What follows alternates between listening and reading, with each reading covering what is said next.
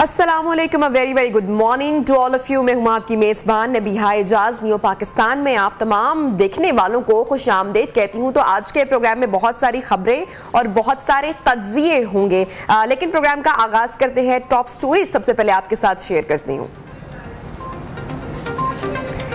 इमरान खान का GC university में खिताब, तालीमी इदारों में नफरतों के बयानिए का इल्जाम, मजीद ऑडियोज आने का खदशा, कौमी सलामती कमेटी का इजलास तलब।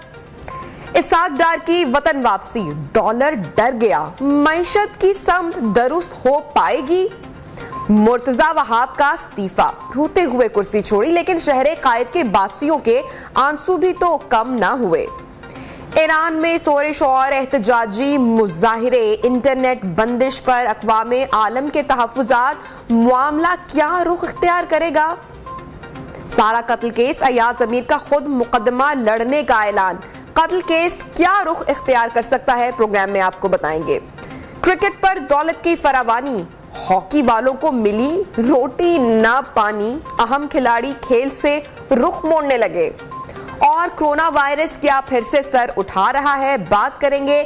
माएँ जिद्दी बच्चों की तरबियत कैसे कर सकती हैं, और इसके साथ होगा बहुत कुछ आज के नियो पाकिस्तान में। प्रोग्राम का बहरहाल बाकायदा आगाज करेंगे आज के फर्स्ट सेगमेंट के साथ। और नाजरीन, गुज़श्ता रोज आपने खबर देखी होगी, अर्ज़े पाक के 6 बेटों ने इस देश की सालमियत पर अपनी जान निछावर की। हरनाई में पाक फौज का हेलीकॉप्टर हादसे का शिकार हुआ और इस ताने पर सारी कौम अश्कबार है। हर शहरी का दिल दुखी है, हर घर में सोग का समा है। कौम के इन बेटों ने वतन से वफा की दास्तान अपने लहू से लिख दी है। शोहदा को उनके आबाई घरों में सपुर्दे खाक कर दिया गया। उनके इन 6 शोहदा ने वतन की सालमियत के लिए कुर्बानी दी, जिनकी शहादत पर पूरी कौम को इन पर फख्र है। आज कौम अजीम माओ के बेटों की शहादत पर अफसुर्दा रही। वहीं अगर मुल्क की सियासी सूरत हाल की बात की जाए तो सियासी गहमा गहमी भी खूब रही। इमरान खान साहब पंजाब हुकूमत की तकरीब में गवर्नमेंट कॉलेज यूनिवर्सिटी लाहौर में शरीक हुए, जहां वो पंजाब हुकूमत के मामलात पर बात करने की बजाय कौमी इदारों पर तनकीद करते हुए दिखाई दी। उन्होंने सियासी क़यादत को निशाना बनाया और इस तकरीर से कबल गुज़श्ता रोज़ ही उन्होंने दावा किया था कि वो आखिरी वारदात डालने जा रहे हैं। अब ये आखिरी वारदात क्या है, ये भी सवालात उठने लगे हैं। नौजवानों से न्यूट्रल्स के खिलाफ नारे भी ये लगते रहे। क्या यही इमरान खान साहब की आखिरी वारदात थी? अच्छा, इस मौके पर उन्होंने क्या कहा, पहले एक नज़र देख लेते हैं, फिर गुफ्तगू को आगे बढ़ाएंगे। हमारी वारदातों की इस्लामाबाद पे ये आखिरी होगी और फैसला कौन होगी? Under secretary of state Donald लू, वो पाकिस्तानी के एम्बेसडर असद मजीद, जबरदस्त एम्बेसडर हमारा वाशिंगटन में, उसको बुलाता है, उससे मीटिंग करता है। 7 मार्च को उससे मीटिंग करके कहता है कि अगर आपने इमरान खान को प्राइम मिनिस्टरशिप से ना हटाया तो पाकिस्तान को बड़ा कॉन्सिक्वेंसेस होंगे पाकिस्तान के लिए। पूछना चाहता हूं, किसको पैगाम दे रहा था? समझ गया हूं, माशाल्लाह। पहला टेस्ट, पहला इम्तिहान पास कर गए हो आप, पहला इम्तिहान पास कर गए। तो नाज़रीन, इमरान खान साहब की गुफ्तगू आपने सुनी। कप्तान के गवर्नमेंट कॉलेज यूनिवर्सिटी के तलबा से खिताब पर कई सवालात उठ रहे हैं। सवाल यह है कि इमरान खान ने किस हैसियत से सरकारी यूनिवर्सिटी में खिताब किया, एक सरकारी तकरीब को सियासी रंग क्यों दिया गया। सवाल तो यहाँ पर यह भी पैदा होता है कि वाइस चांसलर ने इमरान खान के जलसे के लिए यूनिवर्सिटी की जानिब से नोटिफिकेशन जारी क्यों किया। मरियम नवाज साहिबा क्या इस मामले की तहकीकात का मुतालबा करेंगी या किया है, जबकि चांसलर यूनिवर्सिटी और गवर्नर पंजाब ने तहकीकात के अहकामात जारी कर दी हैं। उधर मुल्की सियासी मंजरनामे में इमरान खान के मुतनाज़ बयानात के अलावा ऑडियो लीक्स का भी खूब चर्चा रहा। विफाकी हुकूमत ने वजीर आजम हाउस से अहम डाटा हैक करने के मामले की तहकीकात के लिए JIT तश्कील देने का फैसला किया है। उधर वजीर आजम मियां शहबाज शरीफ ने बुध को नेशनल सिक्योरिटी कमेटी का इजलास भी तलब कर लिया, जिसमें ऑडियो लीक्स, मुल्की सलामती और दीगर अहम अमूर पर बात की जाएगी। दूसरी जानिब इमरान खान साहब ने दावा किया है कि मजीद ऑडियो सामने आने वाली हैं। इसी पूरे मामले के हवाले से बात करेंगे। हमारे साथ मौजूद है इन कॉन्वर्सेशन है सीनियर सहाफी तज्जियाकार सज्जाद मीर साहब। Thank you so much Mir साहब, आपने टाइम दिया प्रोग्राम के लिए। सबसे पहले आगाज करूंगी गुफ्तगू का। खान साहब ने जो कल तकरीर की, खिताब किया GC यूनिवर्सिटी में, नून लीग तनकीद कर रही है, तनकीद बजा है, दुरुस्त है, क्या कहेंगे आप? एक लिहाज से तो बजा है जी, जो वाइस चांसलर हैं यूनिवर्सिटी के सेक्रेटरी साहब, ये इनको बड़ा एक्टिव होने का शौक है, क्योंकि एकेडमिक उनकी अपनी क्वालिफिकेशन से मामला अपनी जगह, लेकिन उनको कुछ ना कुछ दिखाते रहने का कुछ ना कुछ बड़ा शौक है। इसी शौक में गालिबन उन्होंने बात चाहा होगा कि पंजाब हुकूमत को खुश करे, और पंजाब हुकूमत को खुश करने के लिए इमरान खान को उन्होंने बुलाया होगा, लेकिन ये आपकी हदूद से जावुज करने की बात है। इमरान खान एक बार पंजाब यूनिवर्सिटी में गए थे और वहाँ से स्टूडेंट्स ने पकड़ के उनको पुलिस के हवाले कर दिया था, और शायद उस वक्त पहली बार और आखिरी बार जेल में रहे थे। ये तालीमी इदारे इस काम के लिए नहीं होते।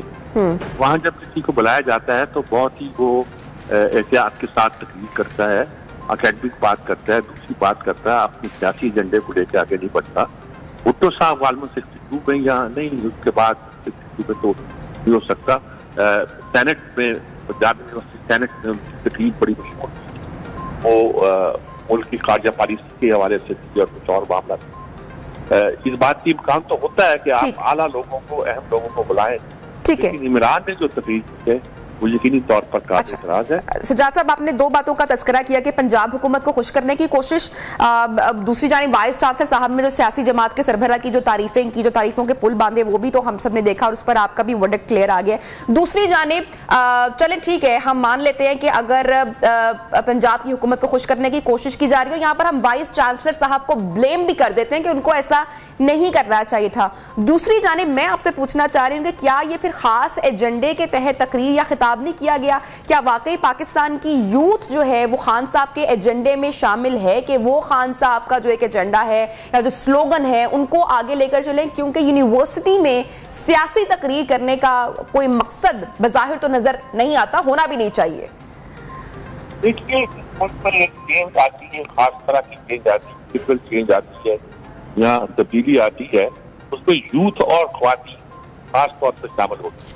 ठीक, ख्वातीन से पाकिस्तान में मुराद वो ख्वातीन नहीं जो पाकिस्तान में अक्सरियत रखती हैं, बल्कि यहाँ ख्वातीन से मुराद वो है जो हमारी शहरों में एक्टिव लाइफ गुजारती, उसके अलावा भी नहीं, जो शहरों में भी घरों में बैठती हैं वो भी शायद इसमें शामिल हुआ करती। तो ख्वातीन एक खास माइनॉरिटी तो हम ख्वातीन के नुमाइंदा समझते हैं, और नौजवान जो है वो तो औरतों के साथ, अपनी माओं के साथ, अपने के साथ एक लिबरल अप्रोच के साथ आगे बढ़ते हैं, क्योंकि वो वे फॉरवर्ड लेकर जाते हैं। इसमें गलती का इम्कान होता है, इसलिए आम तौर पर माहिरीन माशियात से कहते हैं कि बच्चे की परवरिश के लिए न सिर्फ उसका इंडिपेंडेंट होना, आगे बढ़ना, लिबरल होना जरूरी है, बल्कि इस बात की जरूरत पेश आती है कि वो उसको अपनी इक़्तिदार पर, अपने पुराने रवैयों पर, कौम का है मजाज पर, उसको कायम रखा जाए। आप बच्चों को दूर बना रहे हैं, जालिम खुलूस कर रहे हैं,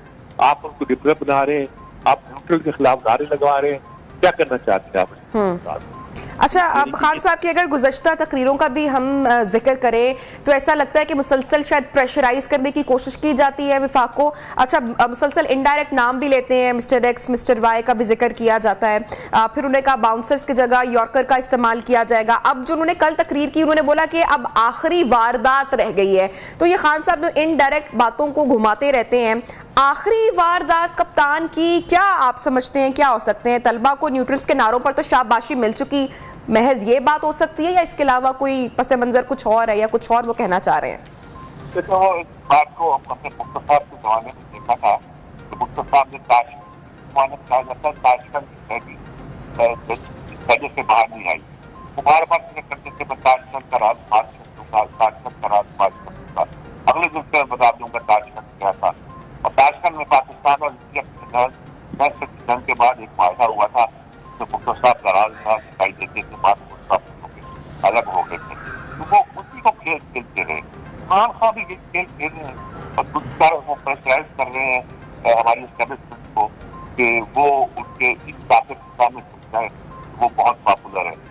ठीक है, सजाद मीर साहब बहुत शुक्रिया, आप तज्जिया पेश करे थे पूरी सूरत हाल के ऊपर। अच्छा, मामला सिर्फ यहाँ पर नहीं है, ऑडियो लीक्स के हवाले से भी खान साहब ने कल की स्पीच में तज़किरा किया और उन्होंने कहा कि ये सिलसिला यहाँ पर अभी थमा नहीं है, रुका नहीं है, मजीद ऑडियो लीक्स भी आ सकती हैं। अब किसकी ऑडियोज आएंगी और किसकी सियासत पे फर्क पड़ेगा या वो मुतासिर होगी, असरअंदाज होगी ये ऑडियो लीक्स, ये अभी देखना बाकी है, आने वाला वक्त बताएगा। बहरहाल ऑडियो लीक्स के अलावा खान साहब और उनकी टीम, फवाद चौधरी साहब क्या कहते हैं, जरा एक झलक देखते हैं, फिर ब्रेक पे चलेंगे। हुकूमत पाकिस्तान इतनी ब्लैकमेल हो रही है इस डाटा के ऊपर, अब वो ये डाटा जिन्होंने चोरी किया है उनसे खरीदने के ऊपर गुफ्तगू कर रही है। ऑडियो लीक्स में और भी कुछ आ रहा है, अभी आने वाले दिनों में आप किस्तों की इंतजार करें।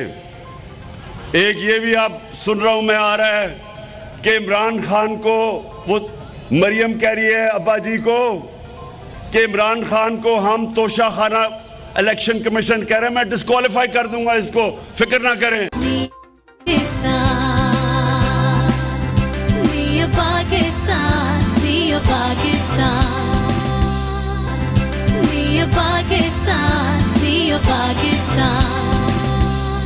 Welcome back. प्रोग्राम में आपको खुशामदीद कहते हैं, जहां पर मुल्की सूरत हाल से आपको न्यू पाकिस्तान में अपडेट करें, वहां दुनिया भर से भी अहम खबरें प्रोग्राम में शामिल करें। ईरान से अपडेट करेंगे, जहां पर कुर्द खातून महासा अमीनी की मुल्क की इखलाकी पुलिस के मुबैना तशद्दुद से हलाकत का मामला और हलाकत के बाद शुरू होने वाले एहतजाज का सिलसिला शुरू हुए 11 रोज बीत चुके हैं। महासा अमीनी की हलाकत के बाद शुरू होने वाले मुजाहिरों का दायरा ईरान के तकरीबन 80 शहरों तक फैल चुका है। सरकारी तलाश जो सामने आ रही है उसके मुताबिक सिक्योरिटी फोर्सेस के साथ झड़पों में अब तक 30 अफराद की हिलाकत की इतलात हैं, जबकि सैकड़ों सियासी समाजी कारकुनान की गिरफ्तारी की भी इतलात है। ये मुजाहिरे जो जारी हैं इनसे मुतल्लिका खबरें आवाम तक ना पहुंच पाएं और इसी गर्ज से बड़े इलाके जहां पर इंटरनेट की सर्विस मुअत्तल कर दी गई है, लोग इंटरनेट की सर्विस से महरूम हैं और इन्हीं मुजाहिरों पर पाबंदी के खिलाफ बरतानिया में भी एहतजाज किया गया। अब इसी मामले पर बात करेंगे, हमारे साथ इन कॉन्वर्सेशन है माहिर बैनुल अक़वामी अमूर डॉक्टर कमर चीमा साहब। बहुत शुक्रिया डॉक्टर साहब, आपने वक्त निकाला हमारे प्रोग्राम के लिए। महासा अमीनी की हलाकत का मामला जानना मैं आपसे चाह रही हूँ कि ईरान में मुजाहिरे इंसानी हकूक के लिए हैं या फिर कुर्दों की हिमायत में ये किए जा रहे हैं मुजाहिरे?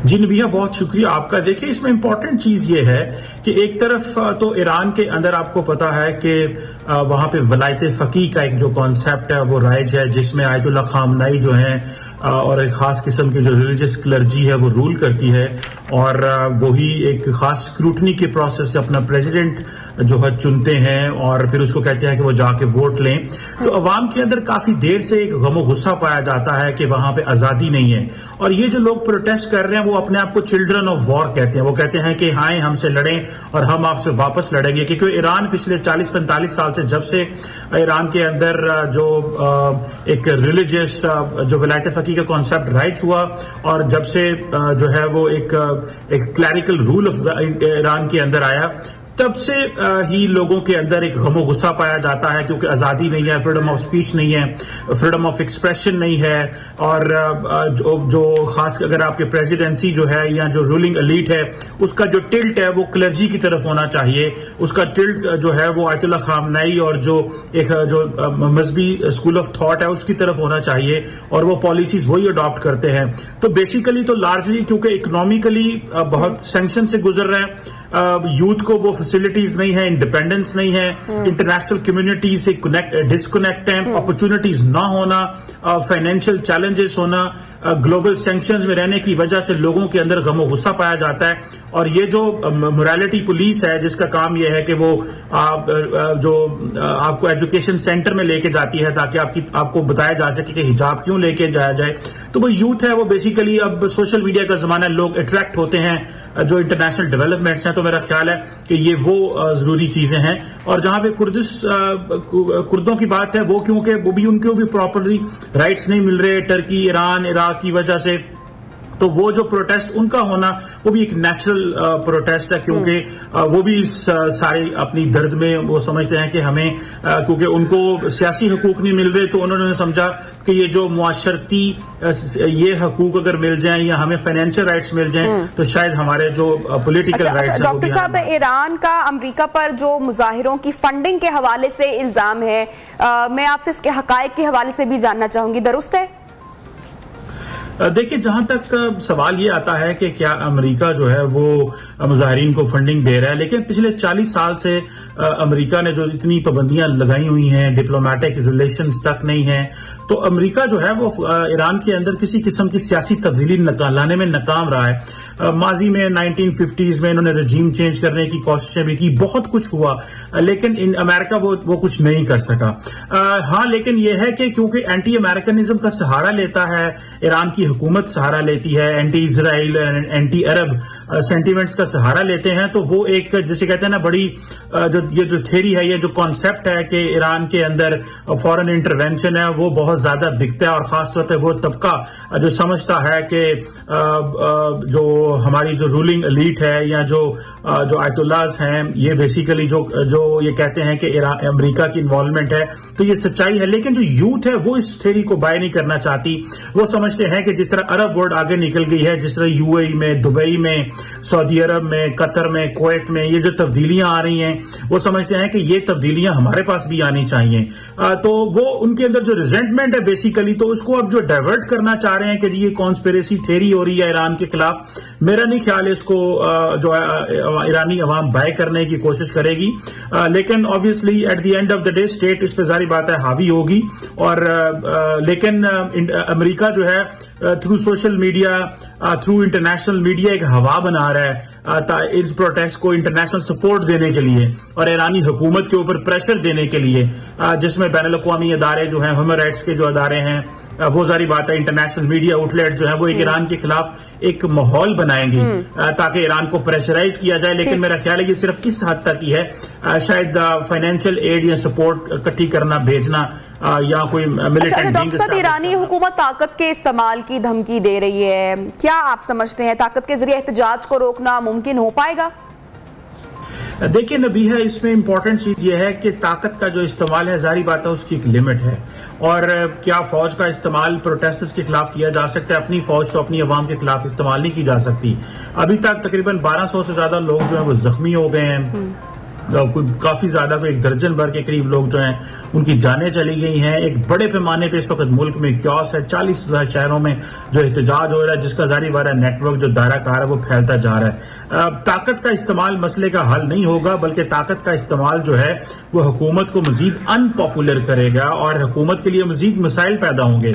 इस वक्त मैं आपको ये भी बताता चलूं कि अमेरिका, यूरोप और ईरान की एक डील भी होने जा रही है, जिसको P5+1 कहते थे, जिसमें ईरान को दोबारा सैंक्शन से निकालना और ये बहुत कुछ है। सो अगर ईरान ये ताकत का इस्तेमाल करता है तो लाइकली पॉसिबिलिटी ये है कि ईरान के लिए इंटरनेशनली मजीद मसले पैदा हो सकते हैं, जिसमें वो जारी बात है इंटरनेशनल कम्युनिटी जो है वो freedom of speech, freedom of expression, freedom to assembly जैसे जो कवानीन है उसके ऊपर ईरान को मजबूर कर सकती है। गो कि ईरान इस तरह के प्रेशर को पहले बर्दाश्त करता रहा है, लेकिन अगर ईरान ओपन अप करना चाहता है तो उसको कुछ ना कुछ जो है वो देना पड़ेगा। सो मेरा नहीं ख्याल ताकत का इस्तेमाल जो है वो किसी मसले का हल होगा, ना ही ये पहले कहीं हुआ है, क्योंकि अवाम के खिलाफ फौज और रियासत अपनी ताकत उस तरह इस्तेमाल नहीं कर सकती। लेकिन एक छोटे पैमाने पे ताकत जरूर इस्तेमाल की जा रही है और की जाएगी, ताकि एटलीस्ट ये जो प्रोटेस्ट है इनका जो स्केल है वो ना फैले और लोगों को डराया धमकाया जा सके। लेकिन ये किस तरह ये चीज थमेगी, ये एक डिफिकल्ट जो है वो सिनेरियो एस्टैब्लिश होता नजर आ रहा है। बहुत शुक्रिया डॉक्टर कमर चीना साहब, माहिर बैनुल-अक़वामी उमूर, हमारे साथ इन कॉन्वर्सेशन थे और जिस वक्त ईरान में एक जो सिचुएशन बिल्टअप हो रही है उस हवाले से एनालिसिस भी सामने रखे हुए थे। अब जरा रुख कर लेते हैं शहर कायद की सूरत हाल का। तो जनाब, शहर कायद जिसके आम शहरी से लेकर ताकतवर एडमिनिस्ट्रेटर तक हर फर्द की आंखें इस वक्त नम हैं, आंखों में आंसू हैं और आम शहरी तो इस वक्त कमाई लुट जाने के दुख से आबदीदा है। मगर मुर्तजा वहाब साहब शायद अदालती फैसले पर आंसू बहा रहे हैं। सिंध हाई कोर्ट ने बल्दिया उज़्मा कराची को के इलेक्ट्रिक के जरिए म्यूनिसिपल यूटिलिटी कंजर्वेसी टैक्स और वसूली से रोक दिया है। बाद अज़ा एडमिनिस्ट्रेटर कराची मुर्तजा वहाब ने इस्तीफे का ऐलान करते हुए कहा कि उनका काम कुछ लोगों को पसंद नहीं आया। मुर्तजा वहाब ने इस्तीफा MQM के साथ मुआहिदे के नतीजे में दिया, या वो फिर अदालती फैसले से नाखुश थे। मगर इस्तीफे से कराची वालों को क्या फायदा हुआ? शहर में जराइम पेशा अफराद, उसी तरह सरगर्म है। सड़कों पर गंदगी की बात की जाए वो भी वहीं पर कायम है। यहां तक कि कराची में 4 T20 मैचेस के दौरान इंग्लिश टीम नेशनल स्टेडियम के तरफ की सड़कों के खड्डों से गुजर कर गई। ये सूरत हाल है इस वक्त शहर कायद की। फिलहाल सिंध हाई कोर्ट ने टैक्स से तो रोक दिया है, मगर क्या कोई इदारा रोशनियों के शहर के बासियों को गारंटी देगा कि इसका लख्ते जिगर रात को बाहिफाजत और लुटे बगैर घर पहुंचेगा? ये सवाल हर कराची में रहने वाला शख्स इस वक्त कर रहा है सिंध हुकूमत से, जिसका जवाब शायद ही कभी मिल पाए। प्रोग्राम में लेंगे एक छोटी सी ब्रेक के बाद आपको ज्वाइन करते हैं। Stay with us.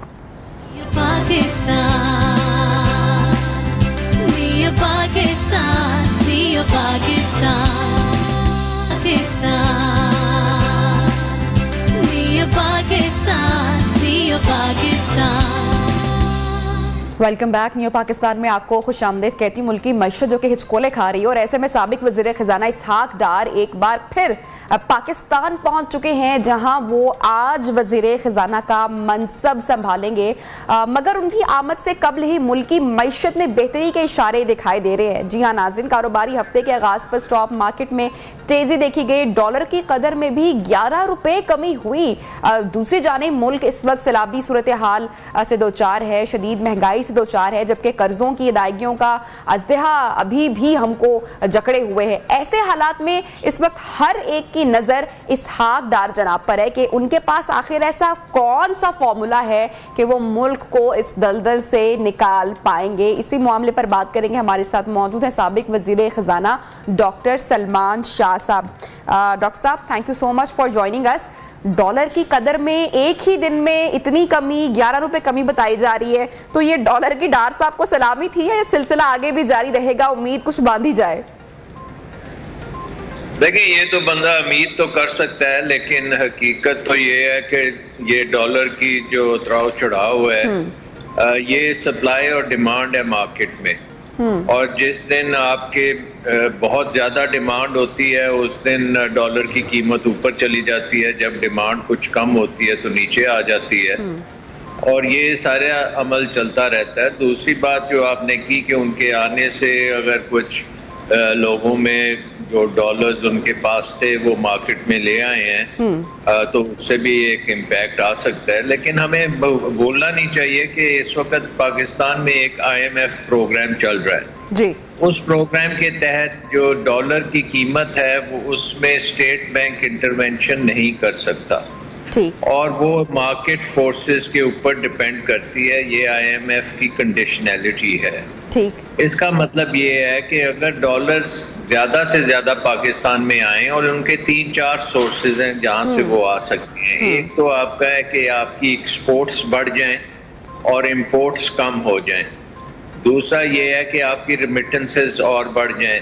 तीसरी चीज ये है कि आपकी इन्वेस्टमेंट बहुत आ जाए। अच्छा। तो ये चीजें जो है ये एक इकोनॉमिक जो सेंटिमेंट है और इकोनॉमिक कंडीशंस पे खासी हद तक डिपेंड करता है। अगर दार साहब ये सेंटिमेंट्स को बेहतर करने में कामयाब होते हैं, ठीक, और डॉलर्स की फ्लो बहुत ज्यादा आनी शुरू होती है जी, और हमारी इंपोर्ट्स कम होती हैं, और जो भी इकोनॉमिक रिफॉर्म एजेंडा है IMF का वो मुकम्मल होता है, ठीक, तो फिर तो ये चीज चल सकती है। लेकिन अगर ये गिमिक्री के ऊपर होगा कि आपने किसी के बाजू मरोड़ के कुछ काम कर लिया, तो वो शॉर्ट टर्म तो ठीक। अच्छा, जैसे कि सर आपने जिक्र किया अभी IMF प्रोग्राम का, जो कि हम अपने गुज़श्ता शोज में बहुत बार कर भी चुके हैं, और स्टेट बैंक की आपने बात की कि वो इंटरवेंशन नहीं कर सकते इसमें। ये सारी चीज़ें टेक्निकल चीज़ें, आप बिल्कुल करेक्ट हैं इस पर। लेकिन जो फिर इसहाक डार साहब के वतन वापसी के बारे में जो बार बार चर्चा हो रही थी, स्ट्रैटेजी के हवाले से बात हो रही थी, इस तरह की बातें हो रही थी कि वो मुआशी जहाज को किनारे लगा पाएंगे, तो कुछ ना कुछ तो वो आके तब्दीली करेंगे। अगर मिफ्ता इस्माइल साहब गए और इसहाक डार साहब आ रहे हैं, और अगर सिचुएशन इतनी ही जकड़ी हुई है, इतनी ही मुश्किल, तो फिर उनके आने का कोई फायदा नहीं है ना ओवरटेक करने का। जी, आई थिंक ये ज्यादा सियासी है, अमल है, क्योंकि इसहाक डार साहब जो हैं वो नवाज शरीफ साहब के बहुत क्लोज हैं, और नवाज शरीफ जी। सलमान शाह साहब, डॉक्टर साहब हमारे साथ इन कॉन्वर्सेशन है, आप सुन पा रहे हैं मुझे? डॉक्टर सलमान शाह से हम जिक्र कर रहे थे। अच्छा, वो इस मूव के हवाले से जो बात कर रहे हैं कि इसहाक डार साहब की जो आज हलफ भी वो उठाएंगे और वतन वापस पहुंच चुके हैं, डॉक्टर सलमान शाह के अकॉर्डिंगली ये एक बिल्कुल सियासी अमल है, हो सकता है। जी डॉक्टर साहब प्लीज कंटिन्यू। जी, तो इसमें देखने की बात यह है कि इसहाक डार साहब की इंटरनेशनल फाइनेंशियल इंस्टीट्यूशंस के डॉक्टर सलमान शाह हमारे साथ मौजूद हैं। आपको सुनने में थोड़ी सी दिक्कत मालूम हो रही है कुछ टेक्निकल वजूहात की बिना पर, लेकिन आप जब अपने एनालिसिस सामने रख रहे थे आप वो यही कह रहे थे कि इस वक्त जो हमारी IMF की शराइत हैं वो खासी कड़ी शराइत हैं, स्टेट बैंक इसमें इंटरवेंशन नहीं कर सकता है। तो देखना अब यह है कि इसहाक डार अगर वतन वापस पहुंचे हैं तो वो क्या तब्दीली लेकर ला सकते हैं। जी डॉक्टर सलमान शाह साहब, आप एक मतलब फिर से हमारे साथ कनेक्टेड हैं, मैं चाहूंगी आप अपनी बात मुकम्मल करें वहीं से। जी, मैं ये कह रहा था कि इंटरनेशनल, क्योंकि कैपिटल मार्केट्स में पाकिस्तान ने खासी अपनी रीफाइनेंसिंग करनी है बैरून मुल्क कर्जों की, यानी कि हर साल हमें तकरीबन 20 अरब डॉलर्स नए कर्जे चाहिए और पुराने कर्जों को हमने रिटायर करना है। वो डिपेंड करता है इंटरनेशनल मार्केट्स पे और इसहाक डार साहब की वहाँ पे क्रेडिबिलिटी क्या है। तो वहां पे हमें ये देख सकते हैं कि जब लास्ट हमारा IMF प्रोग्राम था 2016-17 में जो मुकम्मल हुआ था, उस वक्त इसहाक डार साहब फाइनेंस मिनिस्टर थे और IMF ने उस वक्त एडवाइस किया था कि आप कर्जों के ऊपर ज्यादा से ज्यादा कर्जे मत लें, आप इन्वेस्टमेंट की तरफ जाएं, रिफॉर्म्स करें, बिजली के निजाम को ठीक करें। तो वो इसहाक डार साहब ने नहीं किए थे और उसकी वजह से 2018 में हमें एक बहुत बड़ा क्राइसिस फेस करना पड़ा। और IMF के साथ इसहाक डार साहब की अब रिलेशनशिप मुझे नहीं मालूम कि कैसी है। अगर तो वो उनके साथ क्रेडिबली काम कर सकेंगे, क्योंकि ज्यादा काम अब इंटरनेशनल है, हमारा इंटरनेशनल फाइनेंशियल इंस्टीट्यूशंस के साथ है, कैपिटल मार्केट से है। हमारे बॉन्ड जो हैं उनको इस वक्त आपको पता है कि बहुत हेविली डिस्काउंटेड हैं और उससे हमें बहुत नुकसान हो रहा है। तो अगर वो एलिमेंट्स को ये बेहतर करते हैं, क्रेडिबिलिटी लेते हैं, तो फिर तो काम चलेगा। लेकिन वो इंटरनेशनल जो इस वक्त हमारी एनवायरनमेंट है वो हमारी सियासी डोमेस्टिक पॉलिटिकल कॉन्फ्रंटेशन की वजह से बहुत खराब हुई है। और शहबाज शरीफ साहब ने जो ये स्टेटमेंट दे दी कि अगर हमारी डेट रीस्ट्रक्चर नहीं करेंगे तो बहुत ज्यादा अफरा तफरी होगी, ये बहुत एक नुकसानदेह स्टेटमेंट थी और उसकी वजह से सारी मार्केट्स जो हैं इस वक्त बहुत परेशान हैं। तो आई थिंक कि हमें पॉलिटिकली भी बहुत सी काम करने पड़ेंगे ताकि पाकिस्तान में सियासी पोलराइजेशन जो है ये कम से कम की जाए। डॉक्टर सलमान शाह साहब, महंगाई की शरह वो 27% से तजावज़ कर चुकी है, सैलाब की सूरत हाल है, बैनुल-अक़वामी फाइनेंसिंग में ताख़ीर है, ज़रूरी सेक्टर में खसारा है, ये इन तमाम इशारियों के बावजूद इसहाक डार साहब से उम्मीद लगाई जा रही है। चलें, उम्मीद लगानी चाहिए, अच्छे की उम्मीद रखनी चाहिए, लेकिन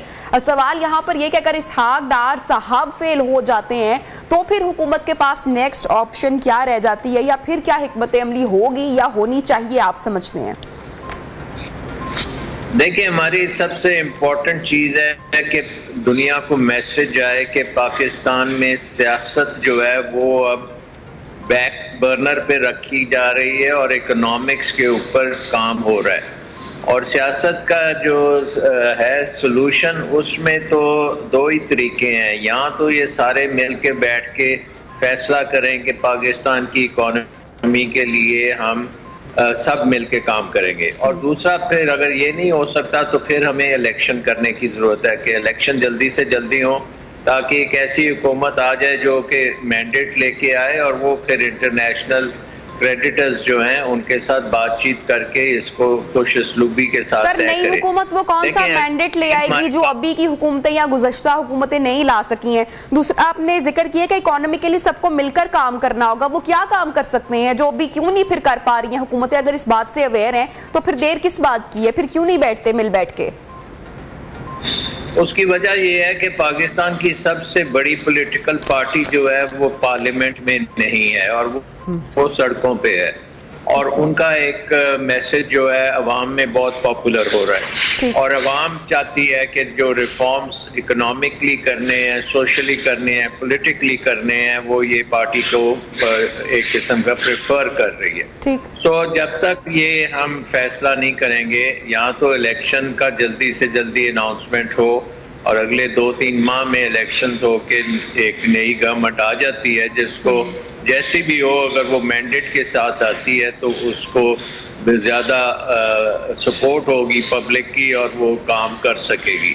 और अगर नहीं करेंगे तो फिर ये हम हर रोज़ नीचे ही नीचे जाएंगे, क्योंकि रोज़ाना हम देख रहे हैं कि कोई ना कोई खबर ऐसी आती है जो कि हमारी सियासत को और पेचीदा कर देती है। और इस वक्त बड़े दुख की बात है कि जो फैसले पार्लियामेंट में बैठ के होने चाहिए या सियासतदानों को बैठकर सुलझाने चाहिए वो नहीं हो पा रहे उस तरह से, जिसकी वजह से हमारे जो मुल्क की मैशत है वो मुसलसल हिचकोले भी खाती जा रही है। बहुत शुक्रिया डॉक्टर सलमान शाह साहब, आप हमारे साथ इन कॉन्वर्सेशन थे, बहुत शुक्रिया आपके लिए। प्रोग्राम में लेंगे एक ब्रेक, हेडलाइन ब्रेक से, ब्रेक के बाद आपको ज्वाइन करते हैं, साथ रहिए।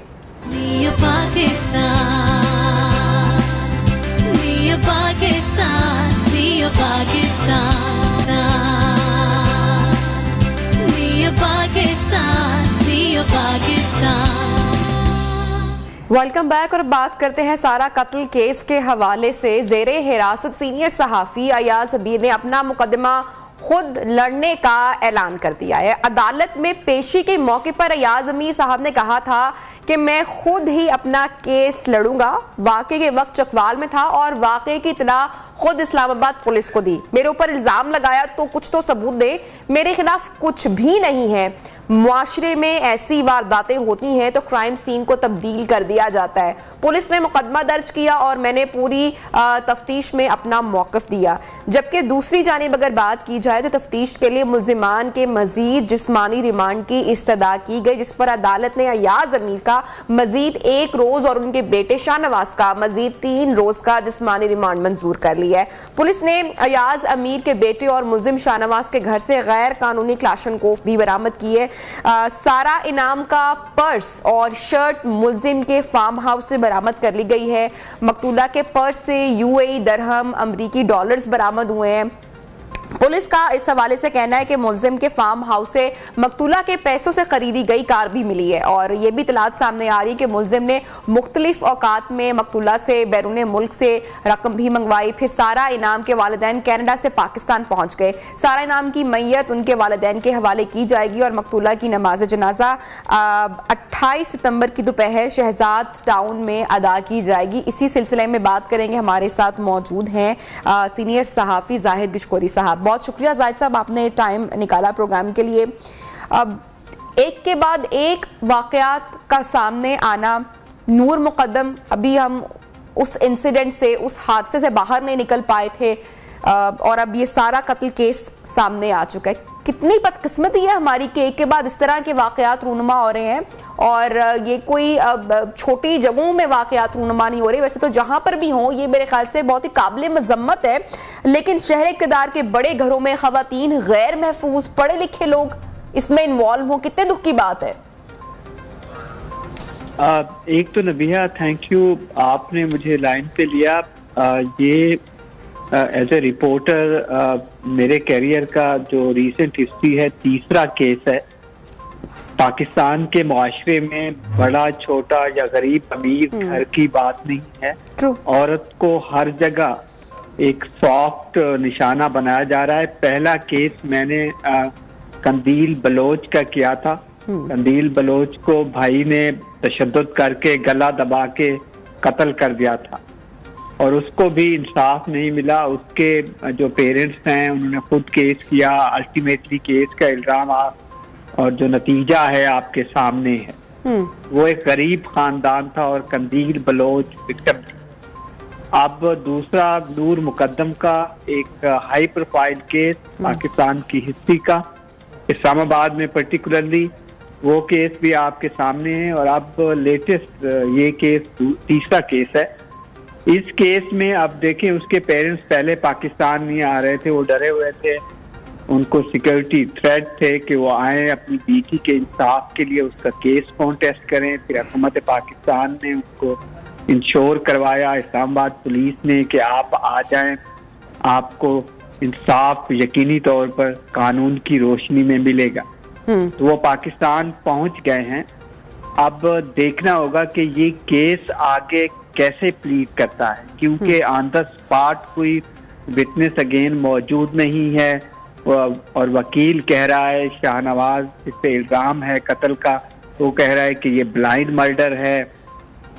और बहुत सारी बातें सामने आ रही हैं जो एविडेंस कलेक्ट किया गया है। साथ पंजाब फोरेंसिक लेबॉर्ट्री से एक रिपोर्ट आना बाकी है कि क्या सारा को कत्ल करने से पहले तशद्दुद का जो निशाना बनाया गया है, जिससे कत्ल हुआ है, उसको मेजर इंजरी हुई है हेड में, जिसकी वजह से बज़ाहिर लगता है, जिस तरह पोस्टमार्टम की रिपोर्ट आई है, कि उस वजह से उसकी डेथ हुई। लेकिन वो ये जानना चाह रहे हैं, पुलिस जानना चाहती है कि कहीं उनको जहर तो नहीं दिया गया, पॉइजनस कोई सीन था पॉइजन देने का, ये अभी लेबॉर्ट्री से पता चलेगा। अब तशद्दुद किया गया है, सारी रात तशद्दुद होता रहा है जिससे उसकी डेथ हुई है। इस तरह नूर मुकद्दम आपके सामने है, उसका गला काट दिया गया था।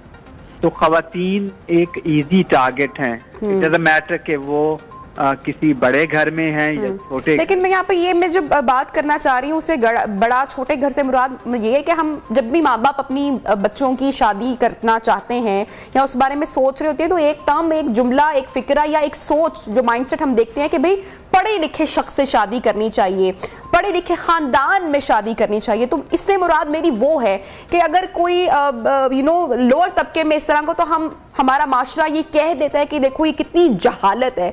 लेकिन हमारे पढ़े लिखे लोग जो कि बाहर से बैरून मुल्क से पढ़कर आ रहे हैं, अच्छी पोस्ट पर हैं या कुछ कामकाज कर रहे हैं, अच्छी फैमिलीज जिनकी हैं, उनमें इस तरह के वाकयात होना, तो फिर काहे की तालीम?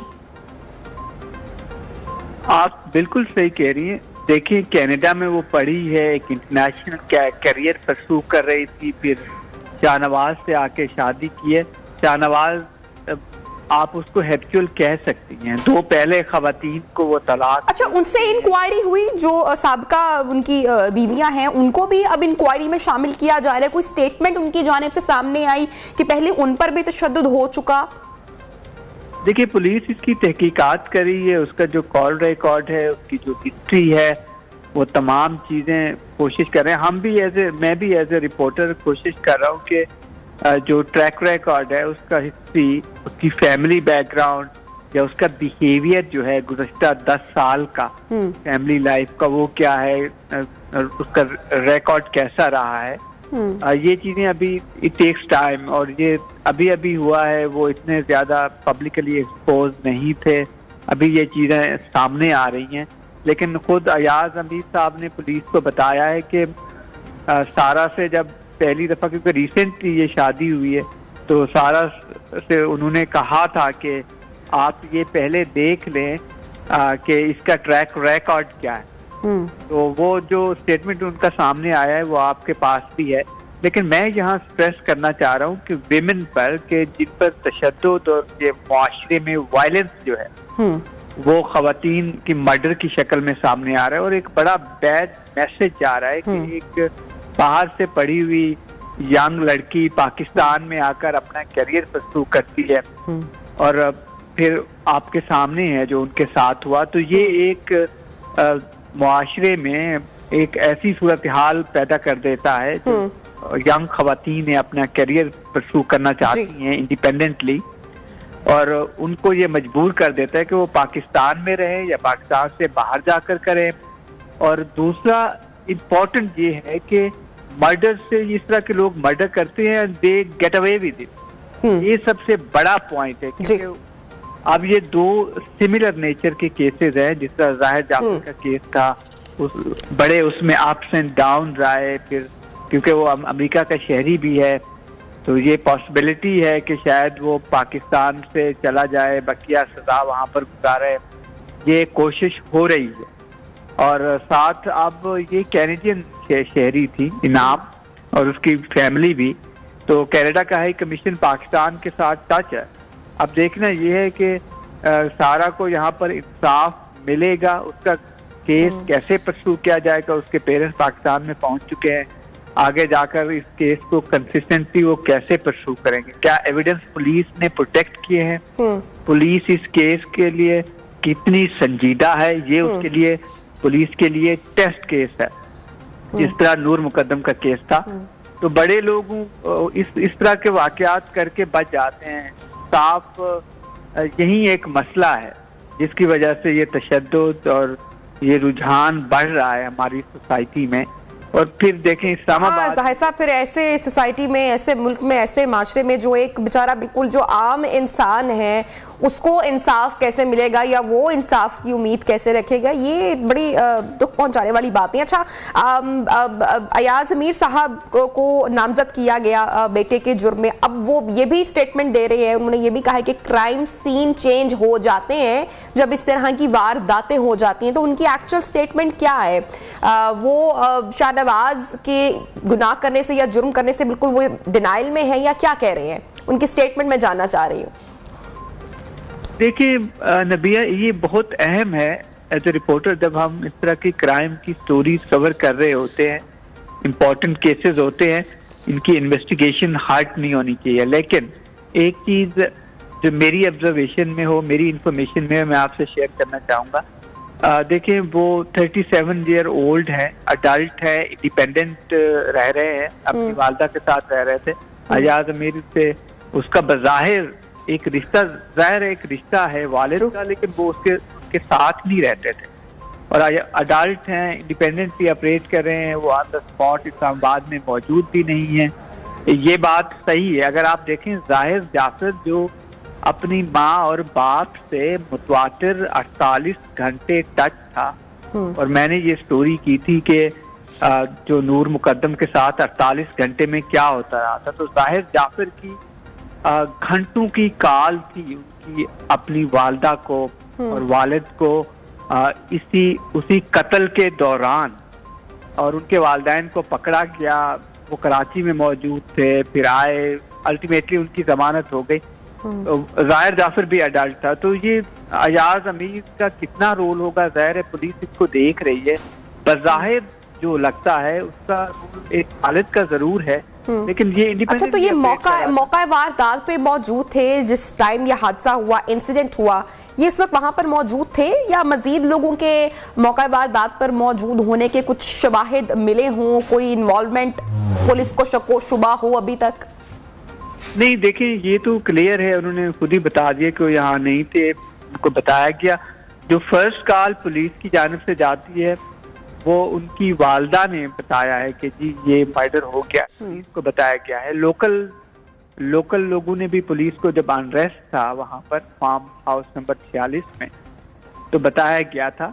और खुद अयाज अमीर तो वहाँ रहते ही नहीं थे, खुद उन्होंने बताया कि मुझे भी ज़ाहिर घर से पता चला होगा, उनकी मिसेज ने उनको बताया होगा कि ये हो गया है, चीज़ें हो गई है। तो ये क्योंकि इस पे कोई कमेंट करना ज़ाहिर है इन्वेस्टिगेशन हार्ड होगी। इस स्टेज पे हम as a sake of discussion आपके प्रोग्राम के लिए ये कह सकते हैं कि वो एक अडल्ट हैं और इंडिपेंडेंटली ऑपरेट कर रहे थे।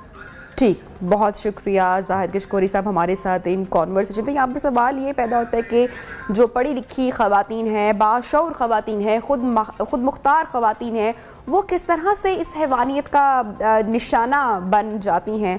बहरहाल ये जो भी पूरा इंसिडेंट है ये काबिल मज़म्मत है, बहुत ही अफसोसनाक, बहुत ही खौफनाक ये हादसा पेश आया है और ये कासी करता है कहीं ना कहीं हमारे मुआशरे के लोगों को, उनके माइंडसेट को, उनकी हैवानियत को, उनकी दरिंदगी को। ज़रूर सारा को इंसाफ मिलना चाहिए। इस वाक़े के बाद प्रोग्राम में वक्त हुआ एक छोटी सी ब्रेक का। ब्रेक के बाद प्रोग्राम को आगे बढ़ाते हैं, साथ रहिएगा।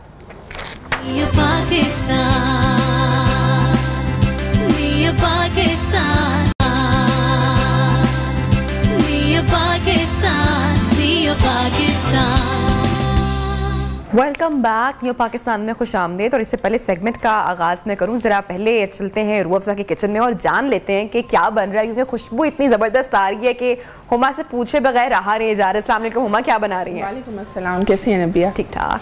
मैंने सोचा आज जो है ना कढ़ाई हो जाए, और कढ़ाई जो है वाइट कढ़ाई अगर होगी तो मज़ा जो है बच्चों बड़ों सबकी बड़ी फेवरेट है जी। और रूह अफ़ज़ा के किचन में आज बन रही है वाइट कढ़ाई, चिकन वाइट कढ़ाई। और मैं स्टार्ट करती हूँ, रेसिपी फिर बाद में शेयर करते हैं। बिल्कुल, प्रोग्राम के एंड पर रेसिपी आपसे लेंगे। नाज़रीन, एक बहुत ही अहम मुद्दे पर बात करना बहुत ज़रूरी है। हमारे मुल्क में क्रिकेट के हवाले से हमेशा चर्चा होती है, उसको पसंद भी किया जाता है, कौमी सतह पर भी लोगों का भी बड़ा प्यार है।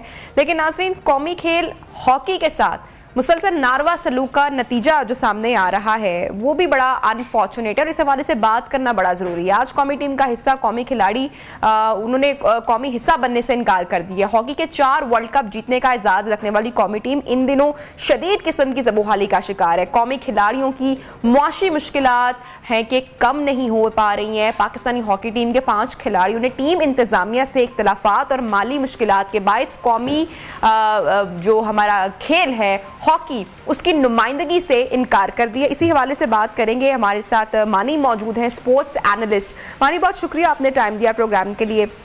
हुकूमत की तवज्जो ही नहीं है हॉकी पर, सारी क्रिकेट पर है तवज्जो, या कोई और वजूहात हैं जो अब खिलाड़ियों के हवाले से भी जो इतलात सामने आ रही हैं हॉकी के हवाले से, क्यों इतना इग्नोर किया गया शुरू से इस खेल को?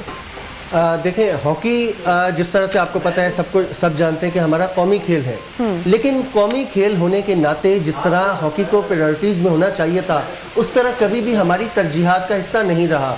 इसकी एग्जांपल मैं आपको दूं कि सुहेल अब्बास, पाकिस्तान हॉकी का बहुत बड़ा नाम, वर्ल्ड रिकॉर्ड होल्डर, एक मौका ऐसा भी था कि सुहेल अब्बास के पास जो है वो जॉब नहीं थी।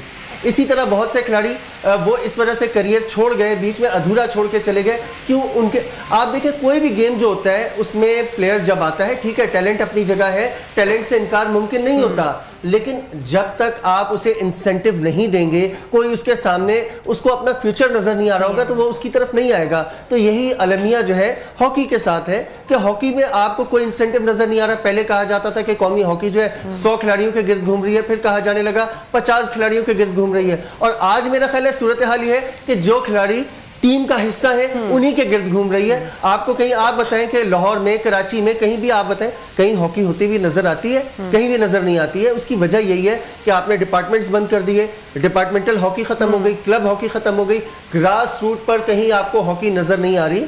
तो जब आपको खिलाड़ियों को सहूलियात नहीं मिलेंगी, खेल आगे नहीं बढ़ेगा, जाहिर सी बात है खिलाड़ियों के भी मसाइल बढ़ते जाएंगे, कौमी टीम के मसाइल बढ़ते जाएंगे, खिलाड़ियों को कुछ नहीं मिलेगा। मानी यहाँ पर ये भी आपकी बात बिल्कुल बजा है, लेकिन जो प्लेयर्स हैं वो खुद क्यों आकर अपने हक के लिए बात क्यों नहीं कर पा रहे हैं? मुझे ये भी चीज काफी थोड़ी सी परेशान कुन बात है। आप देखें ना कि जिनके साथ नाइंसाफी हो रही है वो खुद उस बारे में आवाज बुलंद नहीं कर रहे हैं। देखिए, पहली बात तो खैर ये मैं आपको बताऊं कि कई मरतबा ऐसा हुआ कि खिलाड़ियों ने बात भी की, जिसका बहुत सारे वाकयात हैं। इवन यहाँ तक भी हुआ कि खिलाड़ियों ने रिवॉल्ट भी किया फेडरेशन के खिलाफ, लेकिन उसका नतीजा क्या होता है कि वो खिलाड़ी बैन कर दिए जाते हैं या वो खिलाड़ियों का करियर खत्म हो जाता है। आपको पता है, मतलब आपका क्या ख्याल है कि हमारे यहाँ हक मांगने से हक मिल जाता है? कतई नहीं। आप सिर्फ हॉकी की बात नहीं है, दीगर गेम्स की या दीगर शोबाजात की भी बात करें। प्रॉब्लम ये है, लड़के जो जा रहे हैं या जिस तरह अब वो लड़कों को एक मुतबादिल नजर आ गया। पहले क्या था कि उनके पास कोई चॉइस नहीं थी, अब उनको मुतबादिल नजर आ गया कि लीग हॉकी में जाते हैं, वहां पे पैसे कमाते हैं और अपना फ्यूचर जो है वो सिक्योर करते हैं। उसकी वजह यही है कि जब उनके पास